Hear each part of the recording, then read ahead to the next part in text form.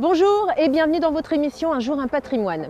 La culture de la canne fait partie de l'histoire de la Martinique puisqu'à compter du XVIIe siècle, elle devient l'activité principale de l'île. Bienvenue aux Trois-Îlets, ravi de vous accueillir ici à la Pointe Vatable.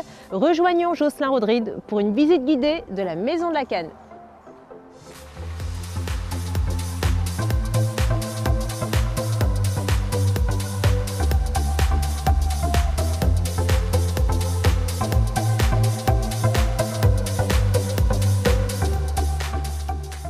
Bonjour Christine et bienvenue à la Maison de la Canne. Merci.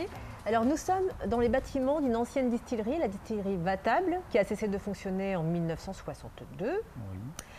C'est actuellement la Maison de la Canne depuis 1987. Alors parlez-nous un petit peu de la culture de la canne à sucre.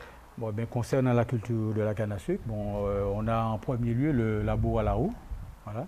C'est l'homme qui laboure, C'est-à-dire c'est sans voilà, aucune voilà. machine. Voilà. On a aussi les charrues qui sont tirées par les bœufs et quelqu'un qui est derrière pour pouvoir guider. Ensuite, là maintenant, tout est mécanisé. Il y a des sillons qui sont faits. Ensuite, la canne elle est coupée par bouture. Oui. Elle est mise dans ces sillons, recouvert, et puis un an plus tard, nous récoltons notre canne. On récolte. Au début, le transport de la canne était difficile. Très difficile même, hein, puisque ça pouvait se porter à dos d'homme. Le bas de mulet, voilà. Le bas de mulet. Le bas de mulet. D'accord. Le cabouret ici. Et par la suite, il y a eu les trains et actuellement, on peut parler des camions. Une fois récoltée cette canne. Voilà, nous sommes devant un moulin à bête, voilà. Alors le fonctionnement était le suivant, il fallait 2 paires de bœufs. Oui. Une de chaque côté. D'accord. Voilà, la canne on la faisait passer entre le premier et le deuxième molle. Là, il fallait de 2 personnes. Alors, la deuxième personne qui se retrouvait de l'autre côté récupérait, la faisait repasser ici. Et on récoltait le jus de canne, voilà, qui était amené à ce moment-là à la sucrerie pour la transformation en sucre. Les premières machines à vapeur sont arrivées en Martinique sous l'occupation anglaise, c'est-à-dire entre 1809 et 1815. Voilà. Et elle est toujours, elle est toujours en fonctionnement jusqu'à nos jours. Jusqu'à nos jours. Tout à fait. Voilà. Là, nous irons vers la maquette qui nous parle de cette transformation traditionnelle. Donc c'est une sucrerie. C'est une sucrerie, tout à fait, voilà, composée de différentes chaudières.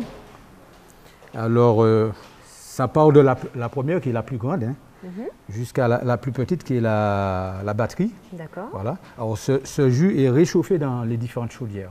Ensuite, une fois arrivé dans la dernière qui est la batterie, tout est mis dans les bacs de bois qui s'appellent des rafraîchissoirs, oui, pour permettre le refroidissement avant d'être mis dans les boucaux que nous avons ici.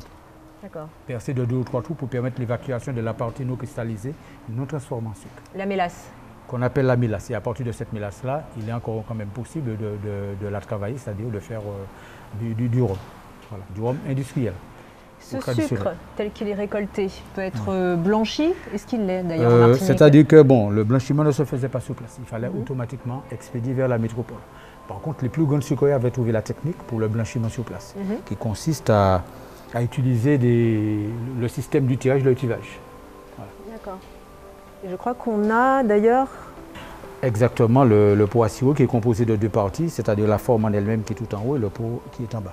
Bien sûr, avec le tout qui permet la communication entre les deux. Alors, une fois ce sucre récolté, il est donc expédié en métropole? Tout à fait, pour la vente dans tous les pays d'Europe. Voilà.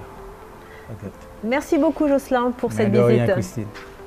Et bien voilà, vous avez pu découvrir ou redécouvrir l'histoire de la Martinique à travers la canne à sucre. Quant à moi, je vous dis à très bientôt pour un nouveau numéro d'Un jour un patrimoine.